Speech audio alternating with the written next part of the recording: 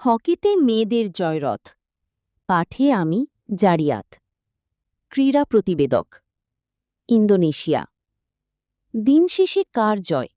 জয়ের হাসিটা যখন হাসল লাল সবুজ, তখন পুরো মাঠ জুড়েই ছিল খুশির আমেজ।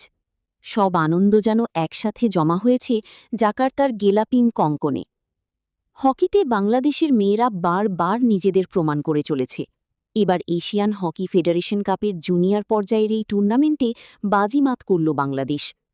জাকার্তায় আয়োজিত অনূর্ধ্ব ২১ এশিয়ান ফেডারেশন কাপ হকিতে চ্যাম্পিয়ন হয়েছে বাংলাদেশ। গত সোমবার দুপুরে টুর্নামেন্টের ফাইনালে সিঙ্গাপুরকে ৭-০ গোলের বড় ব্যবধানে হারিয়ে এই অনন্য উচ্চতায় পৌঁছায় লাল সবুজের মেয়েরা। জাকার্তার জয়ে এখন এশিয়ান হকিতে বাংলাদেশের মেয়েদের এক নতুন সূর্যোদয়। টুর্নামেন্টের শুরু থেকেই ছিল লাল সবুজের দাপট। গ্রুপ পর্বে শ্রীলঙ্কাকে ৪-০ গোলে হারিয়ে যাত্রা শুরু করা বাংলাদেশ দ্বিতীয় ম্যাচে হংকংকে হারায় ২-১ গোলে।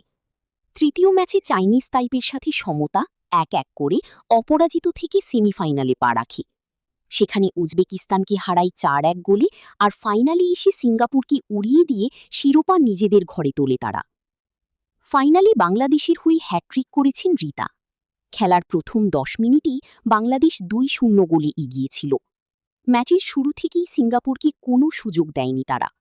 বিরতির আগেই জয়ের পথ প্রশস্ত করে নেয় অর্পিতারা।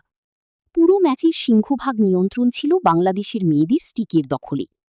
এই জয়ে ২০২৫ সালে হতে যাওয়া এশিয়ান কাপ হকির মূল পর্বেও খেলার যোগ্যতা অর্জন করল বাংলাদেশ। সবাইকে ধন্যবাদ। আমাদের এই নতুন সাফল্যের গল্পটি ভালো লেগে থাকলে ভিডিওটি লাইক করুন এবং বন্ধুদের সাথে শেয়ার করতে ভুলবেন না। দেশের খেলাধুলা ও অনুপ্রেরণামূলক আরও খবরের জন্য আমাদের চ্যানেলটি সাবস্ক্রাইব করে সাথেই থাকুন। আপনার একটি লাইক ও শেয়ার আমাদের আরও ভালো কাজ করতে উৎসাহ যোগাবে। ধন্যবাদ।